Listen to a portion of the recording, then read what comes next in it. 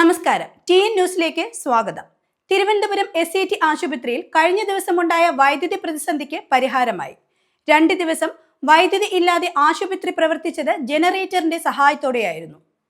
Generator കൂടി തകരാറിലായതോടെ ആശുപത്രി പൂർണ്ണമായും ഇരുട്ടിലാവുകയായിരുന്നു. ടോർച്ച് വെളിച്ചത്തിലായിരുന്നു ഡോക്ടറിന്റെ പരിശോധനകളെല്ലാം. വൈദ്യുതി ഇല്ലാത്ത സമയത്ത് ആശുപത്രിയിൽ പ്രസവം നടന്നെന്നും രോഗികൾ ആരോപിച്ചിരുന്നു. 3 മണിക്കൂറോളമാണ് ആശുപത്രി പൂർണ്ണമായും ഇരുട്ടിലായത്. ഇപ്പോൾ ജനറേറ്റർ പൂർണ്ണമായും ഒഴിവാക്കിയിട്ടുമുണ്ട്. ആശുപത്രിയിലെ ട്രാൻസ്ഫോമറിലെ വാക്യൂം സർക്യൂട്ട് ബ്രേക്കർ മാറ്റി സ്ഥാപിച്ചാണ് ഇപ്പോൾ പ്രശ്നം പരിഹരിച്ചിരിക്കുന്നത്. വിവിധ വകുപ്പുകളുടെ ഗുരുതരമായ അനാസ്ഥയാണ് ഇതിലേക്ക് നയിച്ചത് എന്നാണ് പറയപ്പെടുന്നത്. ആശുപത്രിയിലെ PWD ഇലക്ട്രിക്കൽ വിഭാഗത്തെയാണ് KSEB ഇപ്പോൾ കുറ്റം ആരോപിച്ചിരിക്കുന്നത്. എന്നാൽ ഇതിൽ KSEBയുടെ പങ്കും തള്ളിക്കളയാനാവില്ല. സംഭവത്തിൽ ആരോഗ്യമന്ത്രി അന്വേഷണത്തിന് ഉത്തരവിട്ടിട്ടുണ്ട്.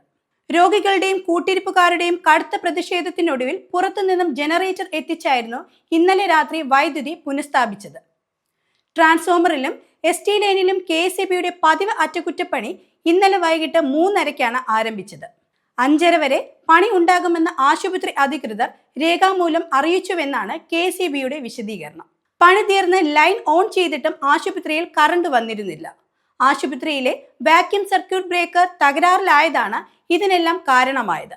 5:30 മുതൽ 7:30 വരെ ജനറേറ്റർ ഉപയോഗിച്ച് വൈദ്യുതി ലഭ്യമാക്കിയിരുന്നു. എന്നാൽ 7:30-ക്ക് ആശുപത്രിയിലെ 2 ജനറേറ്ററുകളും കേടാവുകയായിരുന്നു. ഇതോടെയാണ് ആശുപത്രി പൂർണ്ണമായും ഇരുട്ടിലാകുന്നത്. വലിയ പ്രതിഷേധത്തിനൊടുവിൽ പുറത്തുനിന്ന് ജനറേറ്റർ എത്തിച്ചാണ് താൽക്കാലിക പരിഹാരം ഒരുക്കിയത്. സ്ത്രീകളുടെയും കുട്ടികളുടെയും അത്യാഹിത വിഭാഗം അടക്കമുള്ള പ്രധാനപ്പെട്ട ആശുപത്രിയിൽ അറ്റകുറ്റപ്പണി നടത്തുമ്പോൾ വേണ്ട മുൻകരുതലുകൾ എടുക്കേണ്ടത് അത്യാവശ്യമാണ്. ഇവയ്ക്കാണ് ഇപ്പോൾ വീഴ്ച വരുത്തിയിരിക്കുന്നത്.